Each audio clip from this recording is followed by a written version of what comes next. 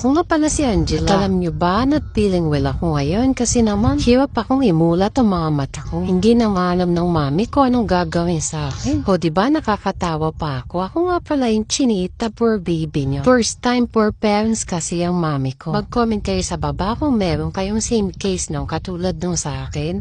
Nga pala nagmumuta din ako. Hindi niya kasi alam kung anong gagawin. Pinakain na nga ako ng kung ano-anong gulay. Ayun, okay naman kasi bumalik na yung gana ko sa pagkain. At sabi niya nga sa akin, palalakasin daw niya ang immune system ko. Kaya nga naghanap siya ng vitamin na pwede sa akin. Magto 2 years old na nga pala ako next year. At simula nga nung nag 1 year old ako, tinigil na ng mami ang vitamin ko. Kasi nga lumipat kami ng bahay at wala pa kaming rep.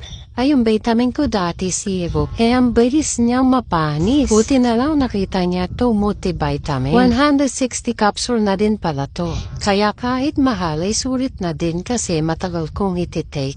O ayan at ipapatake na nga niya sa akin. Sa una nga ay namoy-amoy ko muna. Amoy masarap siya kaya naman kinuha ko na. Akala nga ng mami ay hindi ko kakainin kasi kakatapos ko lang kumain dyan at busog pa ako.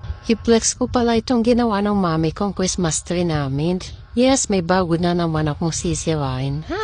Joke lang. Good girl po kaya ako, hindi po ako nagngangat-ngat ng tsinelas at kahit na anong gamit ni mami. Kita nyo naman na gustuhan ko yung lasa ng multivitamin at kung gusto nyo din ito, ilalagay ng mami ko yung link dyan sa yellow basket.